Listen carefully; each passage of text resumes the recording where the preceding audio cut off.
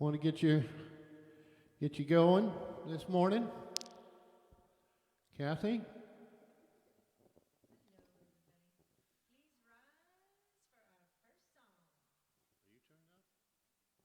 We on mute still?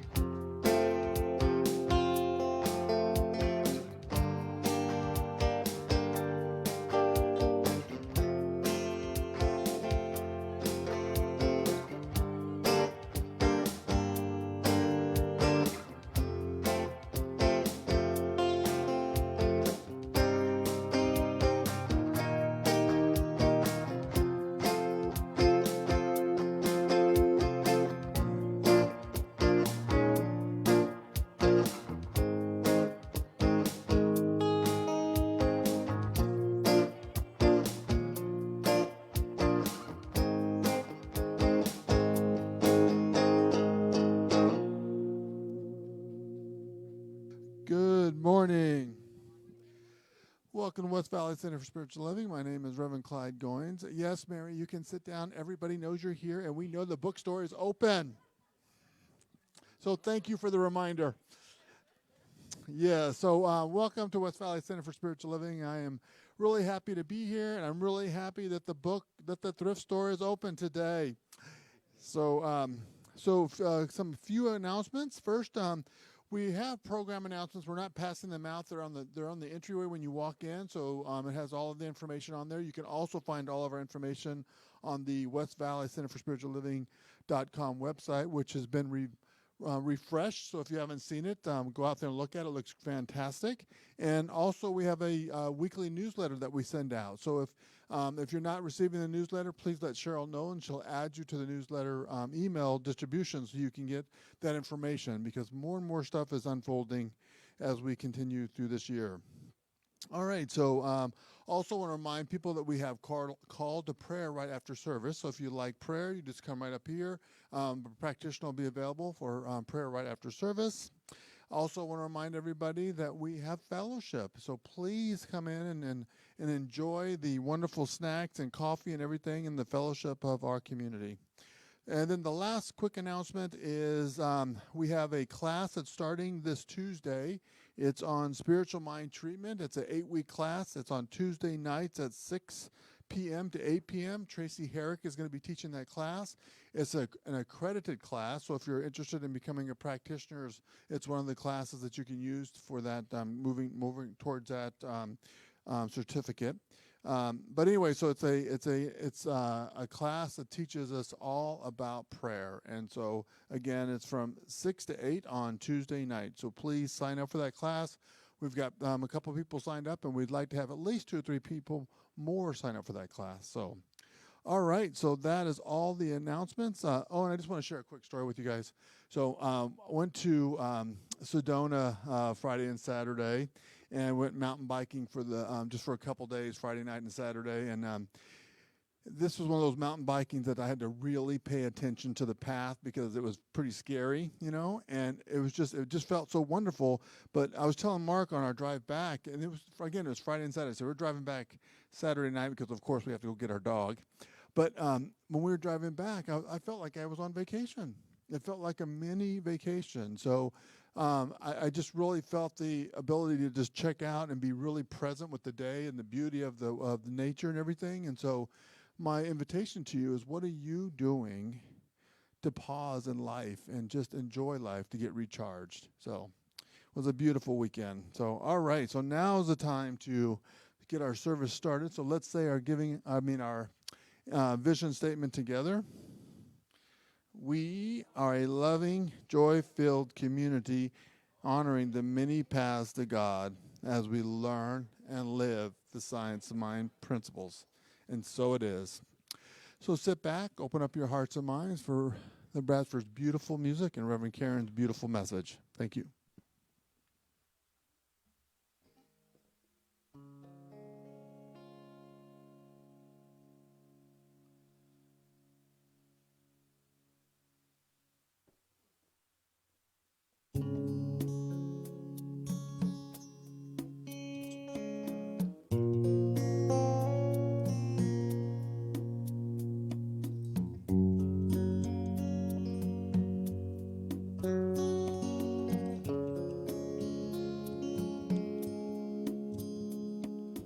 I will make a quiet place within my heart. I will wait upon the Lord, wait upon the Lord.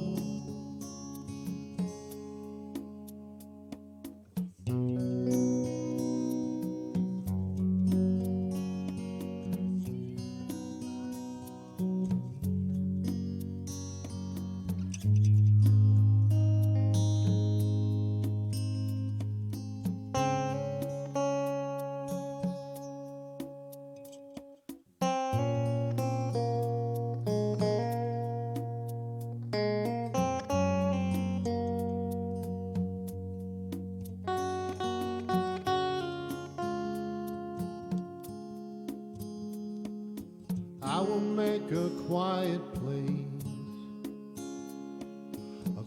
place within my mind. I will wait upon the Lord, wait upon the Lord.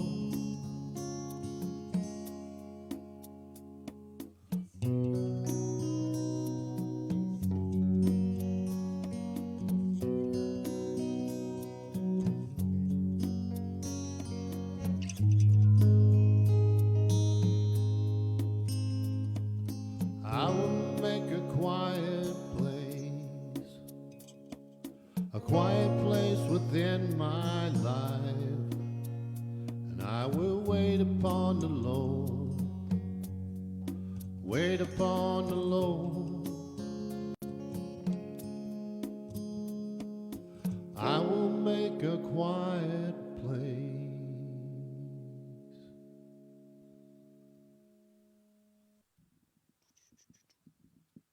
Here we go. Good morning. Is this on? Okay. Oh, there. Now I can hear me. Oh, man, right here in this space, in this special, blessed space, there is one presence. And that presence I call God. And God is light and love and beauty and joy and peace and health and abundance, prosperity. And I know that all God is, I am. God shows up through me, as he does for each of us in this room. We are all God sparks. And we take this with us as we go throughout our day and show it forth to the world. And we are all blessed. And I say a word of blessings for the Bradfords and their wonderful music that always, always sings to our hearts and our souls and brings us together as one. And I say a word of blessing for Reverend Karen and her wonderful message that I know is exactly what it is we need to hear and learn, that we may take forth and share with others as we go through our week. And I just know that this service is absolutely perfect the way that it is, unfolds perfectly. And I am so grateful for this, and I just release this into the law knowing it is already done. And together we say, so it is. Okay, so today we're going to talk about spirit. One of my other favorite things to talk about. And this is from Science of Mind textbook, page 83. Spirit the changeless. Creation does not mean making something out of nothing. Creation is the passing of spirit into form, and it's internally going on. Spirit cannot change, for being all there is, nothing for it to change into.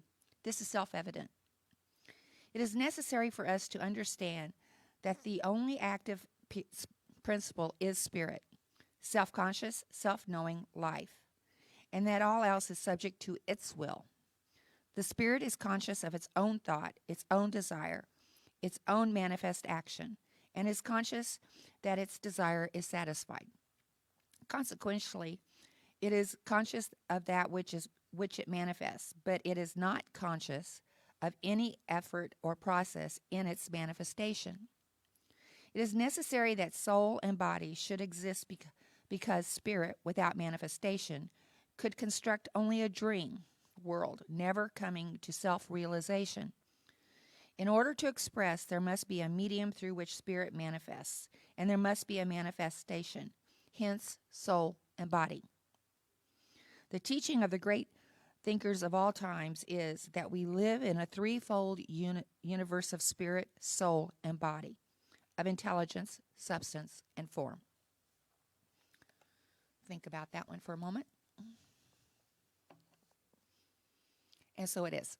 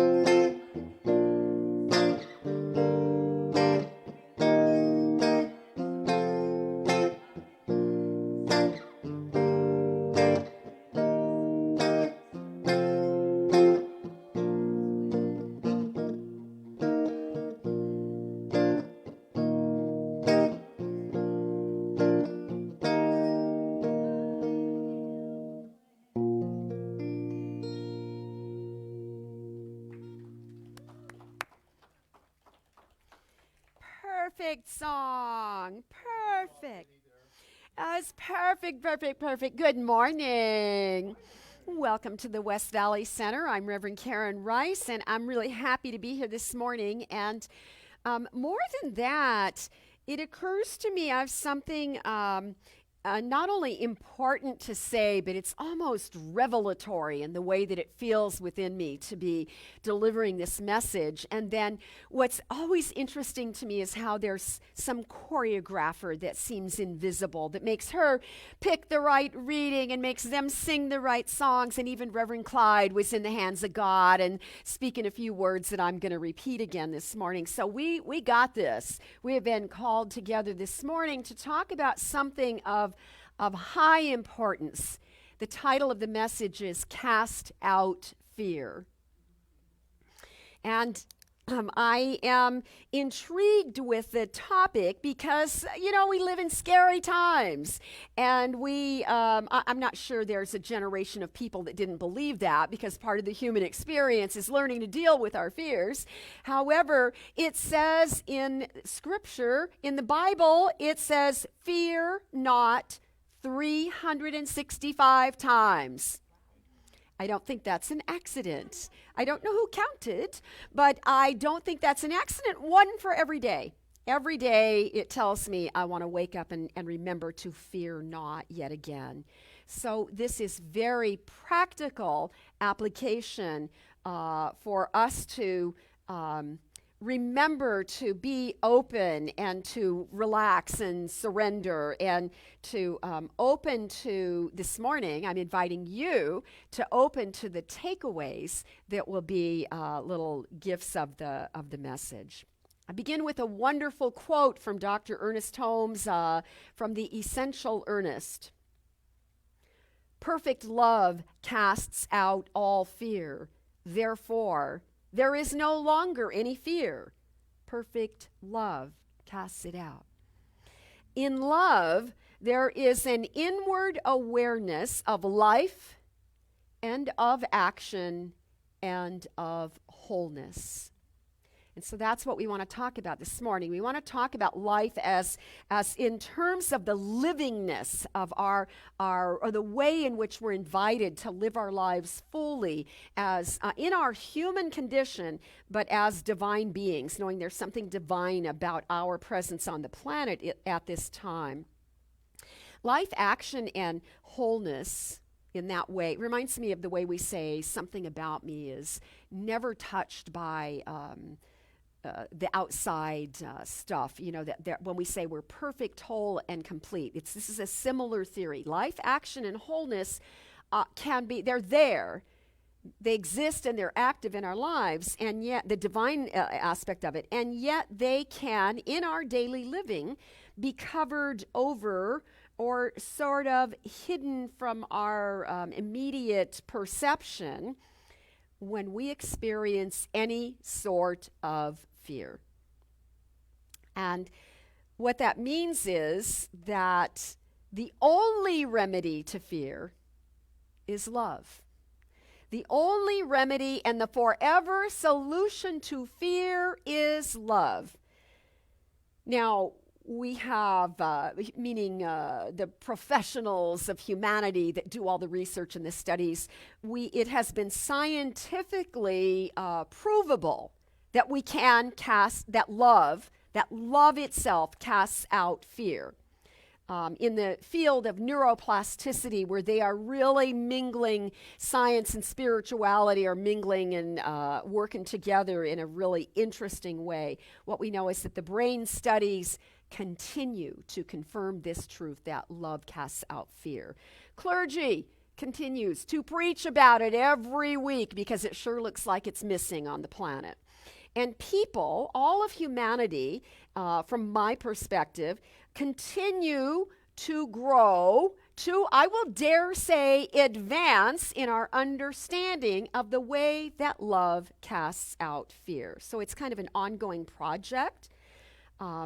And we can sort of reason on it intellectually, and yet we can still be struck with a circumstance in our life where fear just rears its ugly head.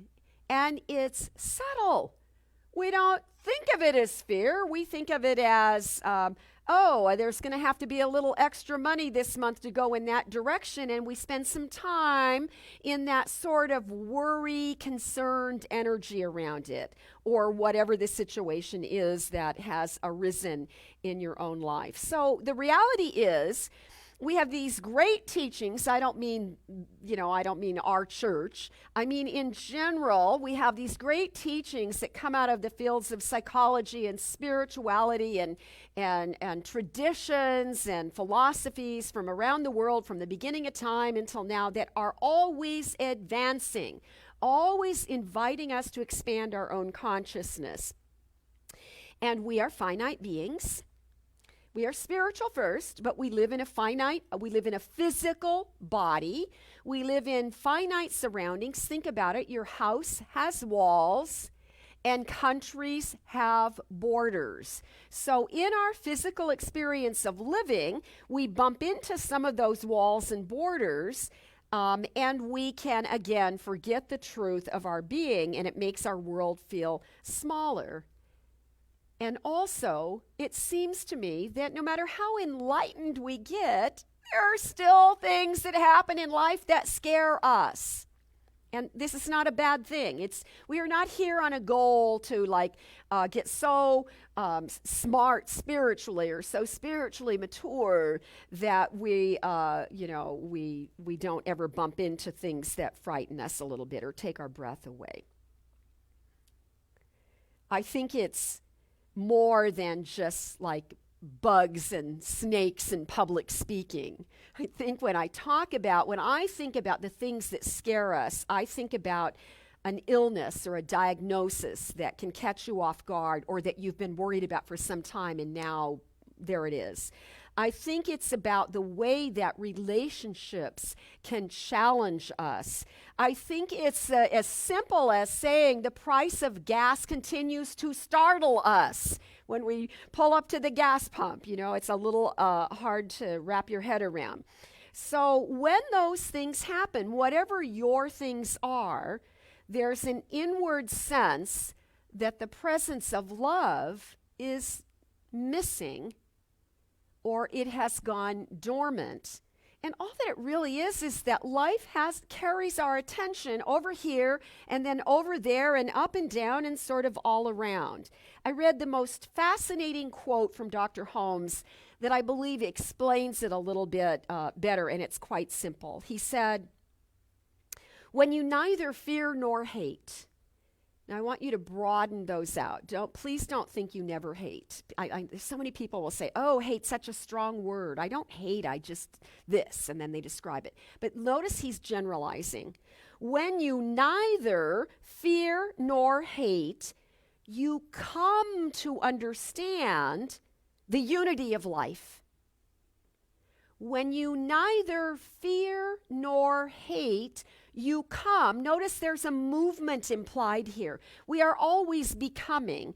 When you neither fear nor hate, in those moments where we can set that down and let it rest, we get a slightly deeper glimpse of understanding of the unity of life, the way in which all things are connected to each other. So fear and hate, worry, concern, disappointments, all of those things, if we group it together, they kind of cancel out our ability to feel anything that is the opposite of them.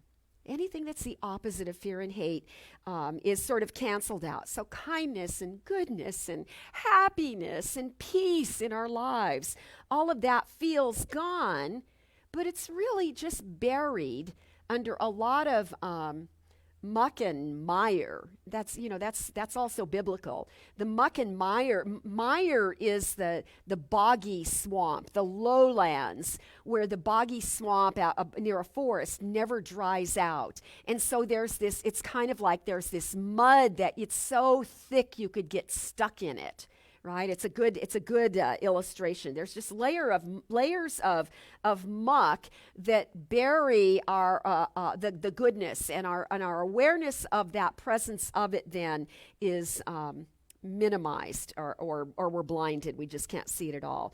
So I want you to notice that I'm speaking in a really expansive, general way, that there is something going on here that is more than sort of the biblical 10 commandments that say, do not do this and don't do that. And it's a list of rules that were necessary to govern a large group of growing people. And then hundreds of years later, Jesus comes and Jesus says, I'm not here to, how did he say it? I'm not here to change that. I'm not here to end the law. I'm here to fulfill it. I'm here to show you that that was written several hundred years ago, and here's what it meant. He simplified it to the golden rule. Love your God before everything else, and love each other. And so the golden rule, we think, is all about, it's this idea of love, which is what the 10 Commandments were all about. If you follow the golden rule, you would never break the 10 Commandments.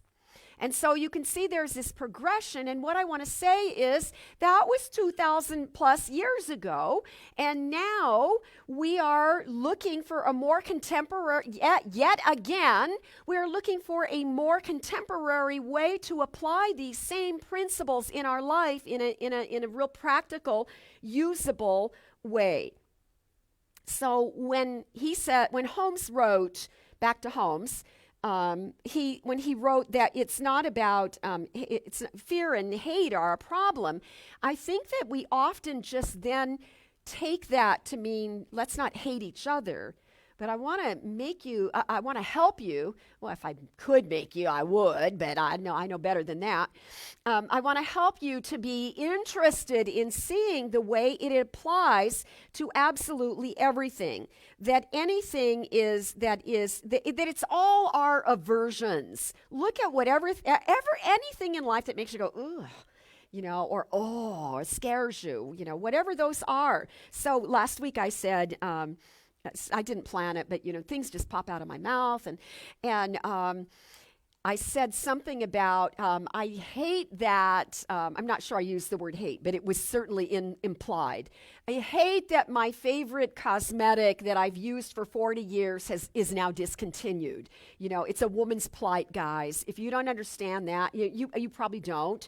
But they really get us in that cosmetic department, or your favorite fragrance of perfume it used to be, and then they discontinue it, and now you don't know who you are anymore because you can't get that product. It's like, oh my gosh, I'm known by that, and what do I do now? So I mentioned to you, yeah. So can you see that is this is what I am not for this. They have discontinued a product that I still need. What am I to do? And then it gets bigger than that. I hate that my favorite brand has been discontinued. I hear people say this so much now. I hate that our country is so divided. Now it grows to something bigger, right? Or in a more personal way, so many people have experienced loss of a loved one. I hate that I'm in this situation where I have had to have this grief and this loss going on. We don't like that. And you know what? We don't, it's not like we did something that made that happen. These are just life things that are a part of the life journey. So hate, yes, may be a strong word, but let's simplify it and just say, I'm not for that. Whatever it is that you are not for creates a not for energy in which you are moving about the world. And we want to use spiritual principle to help us not be strong in what we're against so that we're building up more walls, but we want to begin to know what we are for. And we want to continue to grow in that way. I'm for a vibrant, vital body, right? I'm not against illness. I'm for encouraging that to be able to express through me and as me. Or I'm for living my most vibrant possible way in spite of whatever the appearance of that physical condition is. Because it doesn't take your ability to appreciate life. It may cover it in the muck and the mire, but it doesn't strip it away from you. Look at how people who go through tragedies and lose limbs or their sight or loved ones and find a way to continue in no matter, in spite of that. So just notice what your thoughts are, because your thoughts carry an energy that really matters. And that energy, if it is an against energy, it can separate you from your awareness of the presence of love in your life. Separation causes suffering. And that's why. It's just why, because we forget a bigger truth. When Holmes wrote, when you neither fear nor hate, you come to understand the unity of life. This is good information. So on those days where it feels like you can only see what's wrong, on those days where you feel the harsh disparity on the planet, take a step back. Pause. Reverend Clyde said that without knowing it was a part of my message this morning. Pause. Take time to renew yourself. I call it, some days when it's hectic, something hectic is overwhelming me, the really busy days, even if it's good stuff, pause. I call it a peace pause. I take time to slow down, to be alone, even if it's just for 2 minutes, to breathe, to reconnect, to remember what matters, to feel the presence or something about life, the vibrancy of life in me, and to breathe that in. And so I pause, and then I just ask God. I open myself for a clearer vision. I just ask God to show me, okay, all I can see right now is the muck. So I know there's another way, and I'm opening myself for that divine guidance to help me see something else that's in front of me. Sometimes all you have to do, no matter where you are, no matter what's going on in any given moment, is pause and ask God to show you a little peek of life in a sweet, wonderful, vibrant way, or just in a way you've never noticed before. And everything changes when we do that. Our awareness of the unity of life, I think, is the entire goal. It is the central goal, probably, of all spiritual traditions. And I even go in my own life, I can dare to say, I think sometimes it may be our whole purpose for existing on the planet, for having a human experience on the planet. But I'm just a minister. What do I know? I just went to school. I just paid some money. I did all the work. But I do the work daily, right? 365 times, fear not. And believe me, we probably all need to say that as many times every day just to have a kinder, gentler experience in our living. I wanted to share with you this morning a personal experience that I'm right in the middle of. It's still unfolding, but a few weeks ago, let's just face it, I have had tasks on my plate that I never dreamed I'd have to be taking care of such things. Didn't ever want to take care of some of the tasks that have been on my plate to take care of. But I have a lot of amazing, brave, courageous women that have done all this work before I did, so I was pretty sure I could get through it. And I didn't do it quickly. I have taken my time, I will be honest. There are still some real basic things I go, okay, let's get 2 more of those things off that list today. So I've had some tasks that have been on my plate, but every now and then, an unexpected task will surface when I'm not expecting it. And that's what happened to me. Something came up for me in all this work I'm doing and all this healing that I'm feeling really not successful, because, man, it ain't over. But and it probably never will be. I will always miss that man. But I think that I'm really satisfied that I can see there's a progression. I'm at least at a point where I can see that. And I think I'm really feeling more joy in my life, which is such a beautiful gift when you haven't felt joy. So one of the things that happened in that lengthy, very heavy process of this intense kind of grief is that I have been looking at my process of that. So at first it looked like love was, all I felt was the absence of love. I just don't know any other way of saying it. It was just like there was all this love in my home and now it's gone. You know, there's just like, it's just gone. I don't feel that. I don't get the eye-to-eye connection and the sweet little things we might say or talk about. The immediacy of, and he was retired, you know, so he was always there. And so I didn't know how much love was apparent in that, just the little stuff. And so at first, all I felt was this giant hole and the absence of that love. And then at some point, I began to realize that there was that absence. It feels like it was a progressive thing. The absence, my recognition that it wasn't there and it felt like a hole, then triggered my awareness that I longed for it. And maybe that's where some of the grief comes from. You kind of ache for it again. But in that longing for it, as I kept progressing, I began to realize that what I was feeling, it wasn't the absence anymore, but what I was feeling was the longing to have that love activated in my love in a more real way. And so it started messing with my thinking in a good way. It was like, you know, the hands of the Holy Spirit were in there cleaning up my thought processes in such a way that I could start making sense of it in a way that I like to reason on spiritual matters. And I realized that I had all the power to ignite and to even reignite love in my own life, but there would be tasks involved.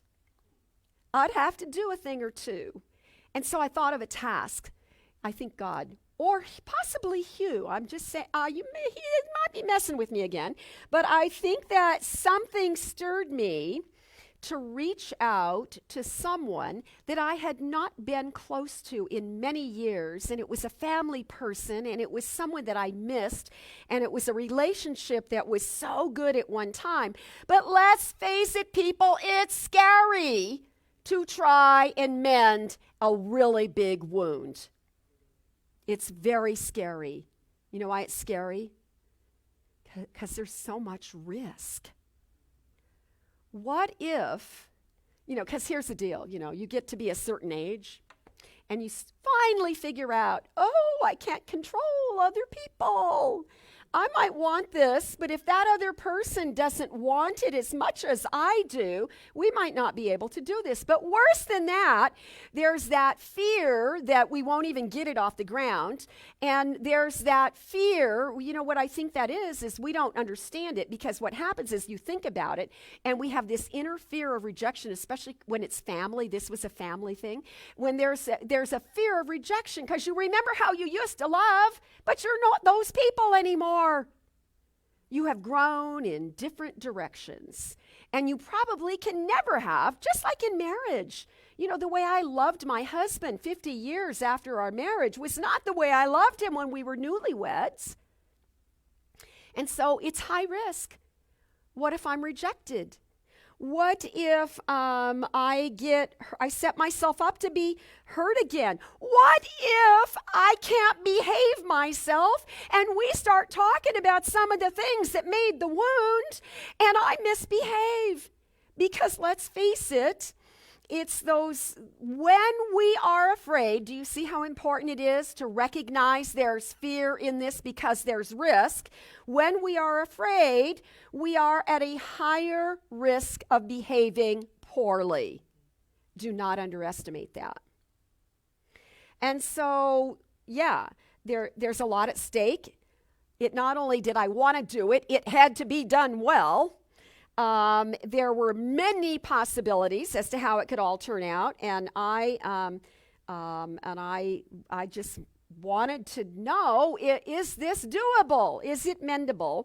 So so it turned out really well. I'm not going to tell you all the details because they're too personal, they're mine, but it turned out really even better than I could have imagined. And it's been in progress for a few weeks. So here's what happened. At some point, I believe I made it a 3-step process so you can take home these 3 steps and use them. Awareness is the first one. They're all A's. I'm telling you today about the 3 A's. And the first A is awareness. I became aware that my grief and my sadness was a longing in my heart to have love, and that love was not missing, but that there were, number 2, there were actions I could take. Nobody was going to do it for me. Nobody felt that longing the way that I felt that longing. And so one night after I prayed on it for many days, didn't tell anybody. I picked up my phone and I texted this person and I said, would you be open to meeting me somewhere? Anywhere. I'll meet you anywhere you want. And immediately the person texted back, yes. And that was all we communicated that night, not another word. Next day, we went a little deeper. And then 2 days went by, no communication, but then we went a little deeper. And so finally, we agree on, and it was all in texts. We had no phone calls. It wasn't safe to have a phone call yet. We agreed on where we wanted to meet, and I bought a plane ticket. And guess what happened when I bought that plane ticket? I got so scared. It was one of those moments where you go, what have you done? You have now bought a plane ticket. You're committed. And I knew I really wanted to. And obviously the other person was as eager as I was. By then it had been revealed. And so, so I don't know what happened on that end, but on my end, fear started, the muck and the mire started to grow. So then I realized, again, I went back to step 1 and became aware of the fear. You identify it, you recognize it. I had taken the action. Now I'm going to take another action. And my action was to ask for support. And so I reached out to my most powerful prayer partners and said, I need to cast out some fear. I need your help. I'm going to do this really cool thing, and I'm really quite excited about it, but I'm making myself so, all about it. And I want peace, and I want calm in travel, because sometimes I just get really uptight traveling. And I want peace, and I want to be confident, and I want to be gentle, and I want to be loving. Please pray for me. I need to calm down and not be all worried, because you know why? When you worry, you go back to defending your side of the story. What will I say if that person says this? What do I really want out of this? What's my end goal? What am I looking for? And then you go back into the story, and the story is where the tear happened. I want to mend, and the mending happens in love, in present time, not in the story. I've never understood that as well as I understand that now. So what I want to share with you this morning, and this is the whole key, is that what I have learned about the power of love is far greater than anything that I have imagined. And certainly we understand that love is greater than fear, but every now and then we get a glimpse of it from a personal experience, which is the whole point of why we are here on the planet right now. So there's a way that we reach out for help. My best praying friends, I was so calm. I felt almost as grounded as the time period in my life where I said yes to ministry. And I couldn't understand at that time why it didn't scare me, because I had looked into it several times. But when I was finally accepted into the school of ministry, I just kept thinking, before I would go, well, I don't know where I'm going to get all that money, and I don't have that much time, and I'm not that good at writing papers and all this stuff that you just do. I just do because we do berate ourselves in that process of building our confidence, in praying ourselves back to truth.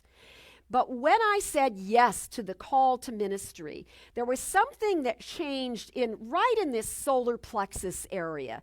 And I promise you, it felt just like there was a cord coming out of me, and that the Holy Spirit itself was on the other side of the cord, holding it tautly, gently pulling me.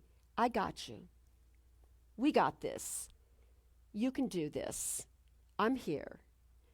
It's okay. And there was a calmness that went with that. And that is the same calmness that I felt through this entire experience on my path to mend this old broken, to heal this old broken wound.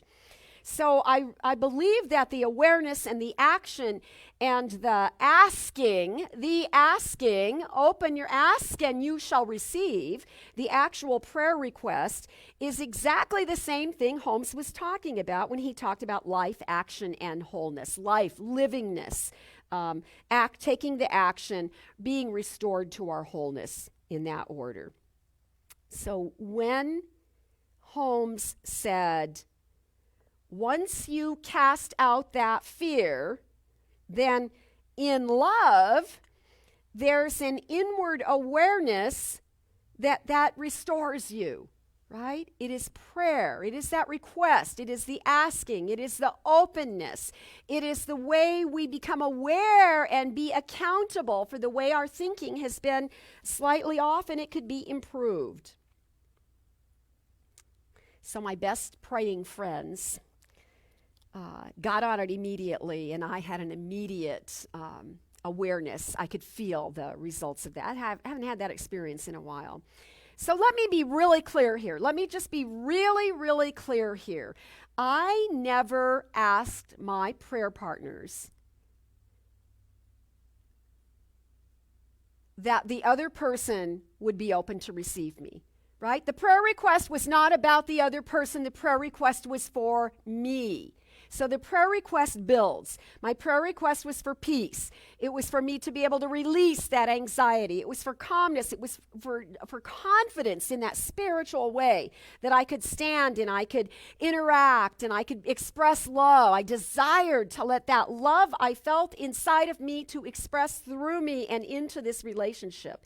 And when you get to that point, the prayer request then expands to the highest and the best outcome for all involved. Do you hear the difference? It's not about, Lord, please open that person to be receptive to me. Make that person love me again. It's not like that. It's about us being accountable for ourselves, and then there's something organic in that brings it to fulfillment. The message for me, as I hindsightedly wrote this talk, the message is there's a way we can trust the process. There's a way we can stand fully and firmly in that space that is our Godness, the truth of our being, and we can trust the process, and that's where our fearlessness comes from. That's how you cast out fear.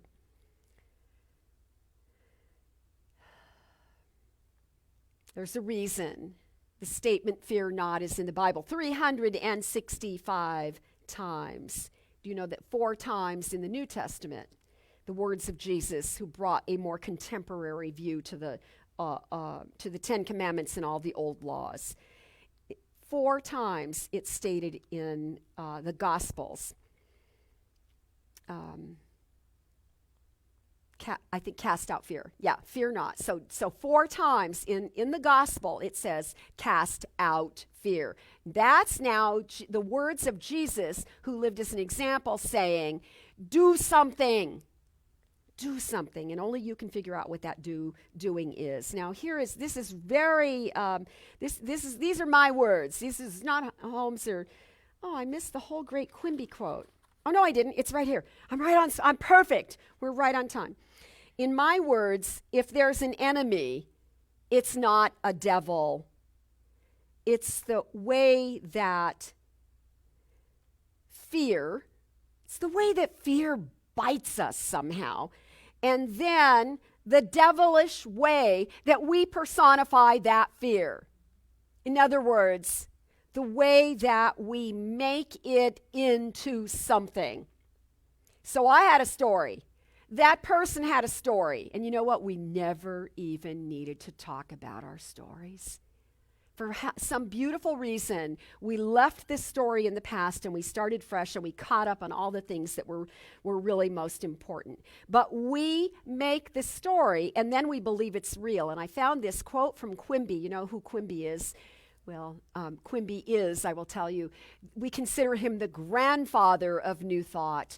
Holmes, at the end of his life, the last 10 years of his life, they say that Dr. Holmes read the Quimby manuscripts once a year. He read it and reread it and reread it. Here's what Quimby said. Human misery arises from error that we believe to be true. We confound our fears, we make things way more confusing, with the idea that we fear. And then we place the evil in the thing seen or believed. Here is the error, for we never actually see what we are afraid of. Think about it. We never actually see what we are afraid of. This is like the kid that cries in the middle of the night and the loving, caring parent runs into the room. What's wrong? What's wrong? We turn on the light. We show them that there's nothing under the bed. Maybe we have to go into the closet and show them there's nothing in the closet. We make it up. We use our imagination in a negative way and we create monsters. But when we turn to face the Father, the Creator, that power in the universe that is greater than we are, then the love gently comes to us and caresses us and turns on the light so that we are no longer in the dark and we can see there are no monsters. But sometimes we have to cry, we have to break open, we have to feel afraid. So don't think that you've done something wrong. If you can identify fear in your life, we just know there's a formula. You know, you become aware of it. You take action. You ask for prayerful support. I think there are a lot of ways there are monsters under the bed. I think that a rift in a family is that example of two parties feeling rejected or feeling like the other person doesn't understand them. Family is the richest place for that misunderstanding to happen. We do it all the time in every way. The way that we second guess our decisions because we're so afraid we'll make a mistake. The way that we won't do anything because we've been paralyzed by whatever the fear has stirred in us. We're stuck in the muck and the mire. In that statement where Quimby said, we never actually see what we're afraid of, wow, I love those words because it calls me to remember that I'm making it up in my mind. It is the negative use of imagination, and there's another way to do it. I can pause, I can breathe, and I can call on that intelligence in the universe that's smarter than I am and say, show me another way of seeing this. What else have I missed? What have I not seen? I think it's much like the pandemic. Pandemic is such a good example because it's some of the scariest stuff that we have ever lived through, and we did it globally. Nobody was immune from it. Very few people were immune from the fear of it. The world was so stirred. Even if you didn't know about the pandemic, you could probably feel the fear just in the ethers because humanity was so stirred by it.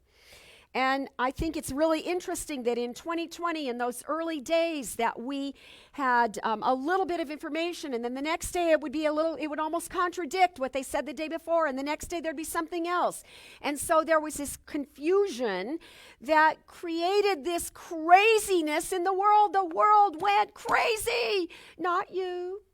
Not me, of course, but the world, you watched it too. Everything went crazy. It just got crazier and crazier, and then people would think that they would find their source that they thought they could rely on, and then they would argue with other people who found their source that they could rely on. And here's a really interesting fact, that in those times where we were considering reopening, I'd found my source, but my source was I just kept digging deeper and deeper and deeper, and it was the source that was giving everybody the statistics. It was the place where the statistics were rounded up, and then everybody else was using those statistics to tell their story.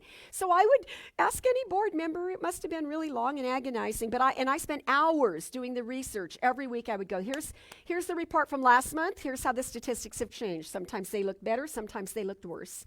And then I would say, you decide, you take this and you You use this to tell a story. I'm going to tell you what my story says. And here's my recommendation as to when we reopen and if we reopen. And I just kept supplying that information.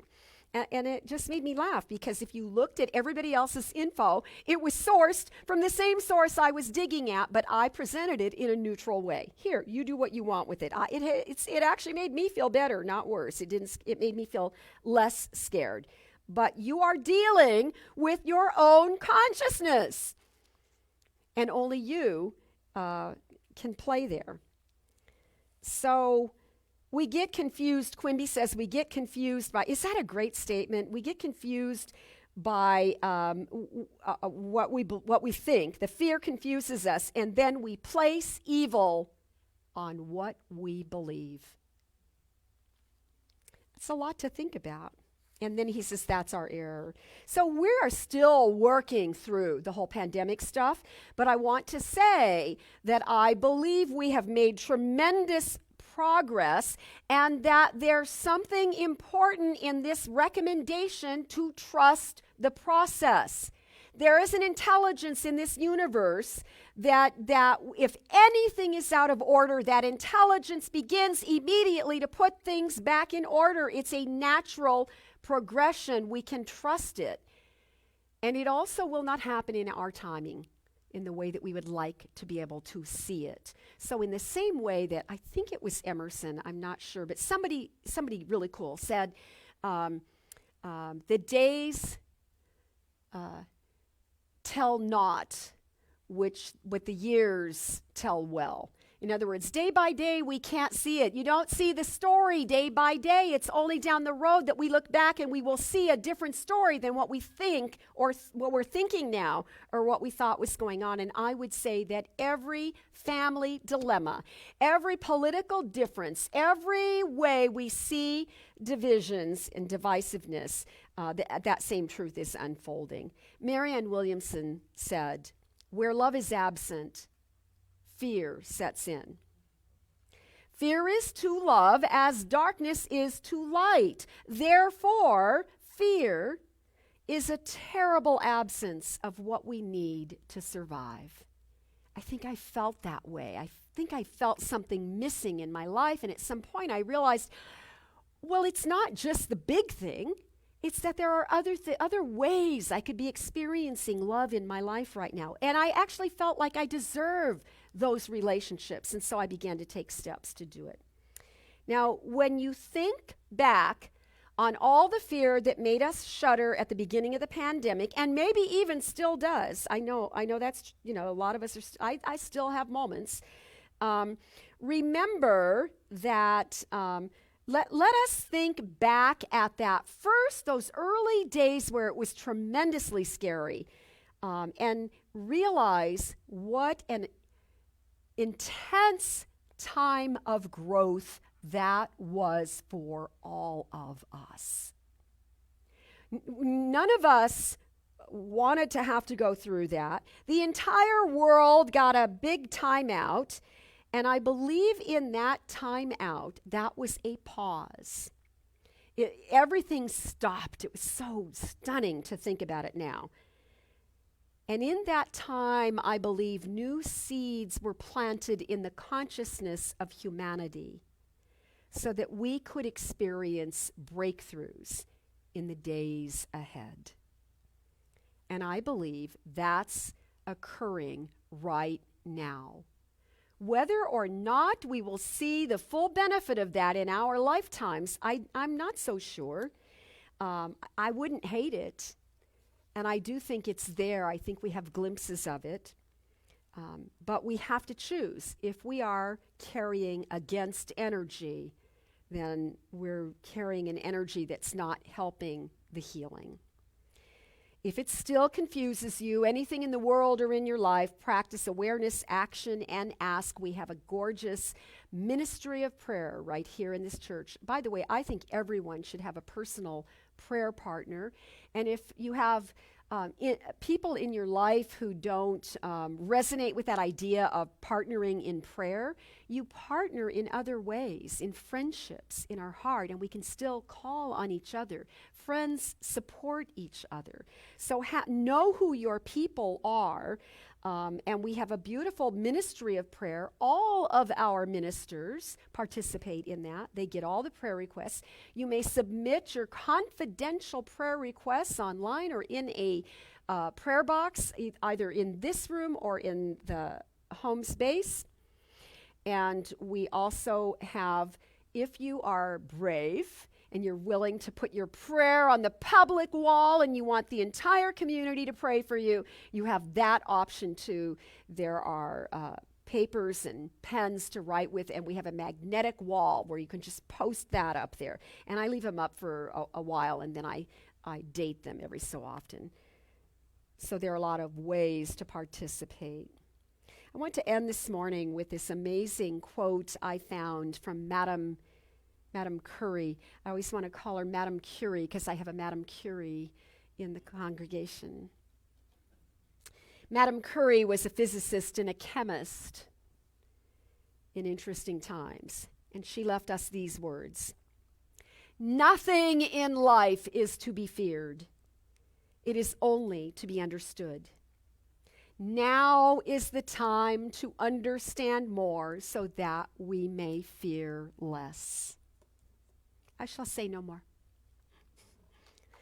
However, we should definitely pray on it. So just get comfortable in your seat.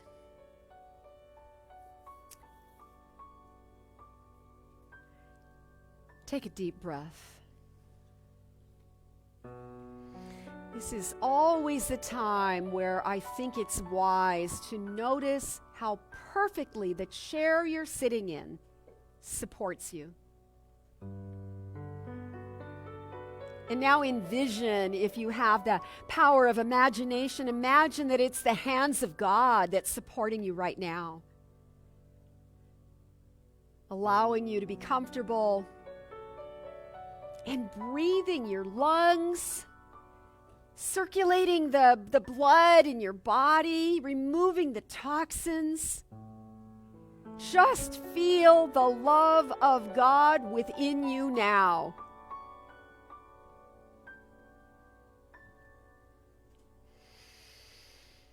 Oh, and so we move deeper into that holy place within.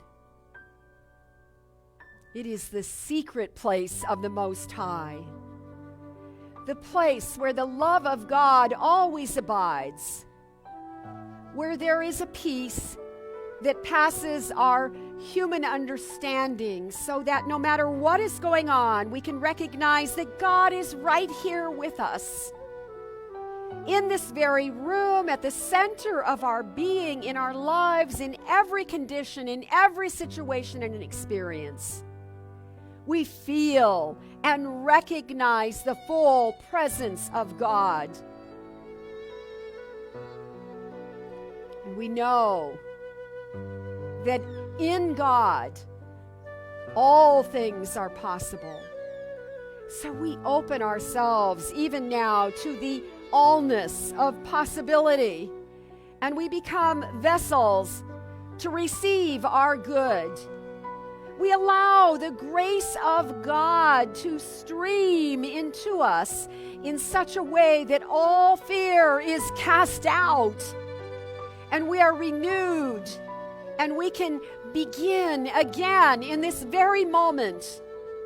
That the pureness and the health and vibrancy of the cells of our body is just ignited in such a way that that intelligence can move and flow as it lives in us as our being and our experience of living. We sense that flow of life, and we know that our movement in this process of beginning can always be trusted. We can always trust this process of life. And so it frees us to know that it's not our job to change other people.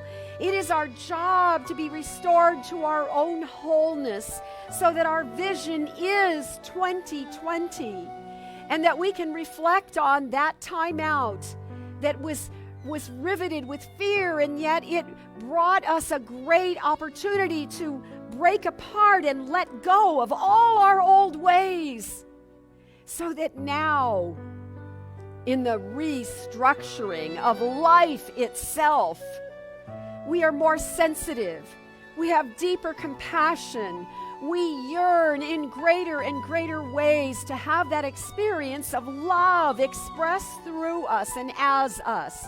And so we are motivated this day to do what is ours to do, to recognize there is always a way to reconfigure our understanding of what it means to be for something, to be supportive of the good that we desire to see on the planet, to look for it. And so right now, in this very moment, we raise our consciousness as a vessel to receive that higher way, that better perception, that divine way of looking out on the world, of looking at our own situations, of reflecting on the lives of our loved ones and our relationships with our loved ones, and just know that the grace is cleaning everything up, reordering everything into a better order. And so when we feel broken open, we know we are not broken. We are just opening ourselves to the light and to the love and to the truth of all of the divinity on this planet that can only be recognized as we embody it. So I say thank you, God. Thank you, life, for this healing that is the revealing of a higher level of truth in our lives this day. How grateful I am to know that this is indeed how prayer works. We open ourselves to receive. The center opens itself to receive. We know that all of life is in that pairing of giving and receiving, of love and of law, and therefore it is the highest of all blessings. I release these words into the law, knowing that indeed it is already done. And together we say, and so it is. Amen. Grateful, grateful, grateful for all the love that I have. I am so grateful, grateful, grateful for all the love that I have. Everywhere I look and every face I see, His love reflected shining back to me. I just give thanks for all these simple things, the joy and peace that gratitude brings. That's why I'm grateful, grateful, grateful for all the love that I have. I am so grateful, grateful, grateful for all the love that I have. Thank you, Bradfords. And yes, Reverend Karen, you did say hate last week. Because I heard her. So now's the time to celebrate the abundance of our lives and the abundance of our community. So let's say our giving affirmation together. I live in a consciousness of good. Divine love blesses and multiplies all that I am, all that I have, all that I give, and all that I receive. Thank you, God, and so it is. Please rise for our last song.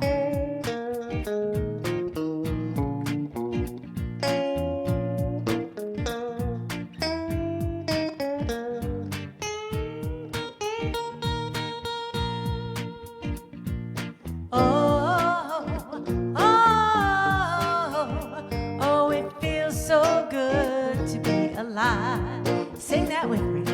Oh,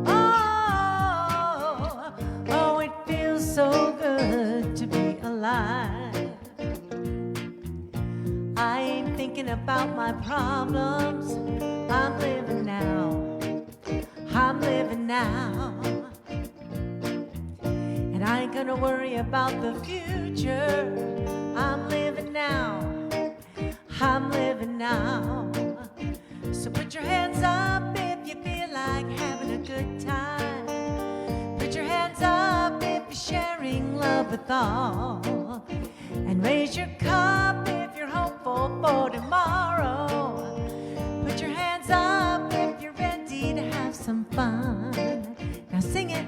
Oh, oh, oh, it feels so good to be alive. Oh, oh, oh, it feels so good to be alive. Feels good, don't it? Feels good, don't it? Only got one life, live in the moment. Feels good, don't it? Feels good, don't it? Only got one life, live in the moment. Feels good, don't it? Feels good, don't it? Only got one life, live in the moment. Feels good, don't it? Feels good, don't it? Only got one life, live. Oh, oh, oh, it feels so good to be alive. Let me hear you. Oh, oh, oh, it feels so good to be alive. One more time. Oh, oh, oh, it feels so good to be alive. Oh, yes. Thank you, Bradford. It feels good to be alive. So let's repeat our affirmation after me. I relax, release, and surrender. And know that all is well. And so it is.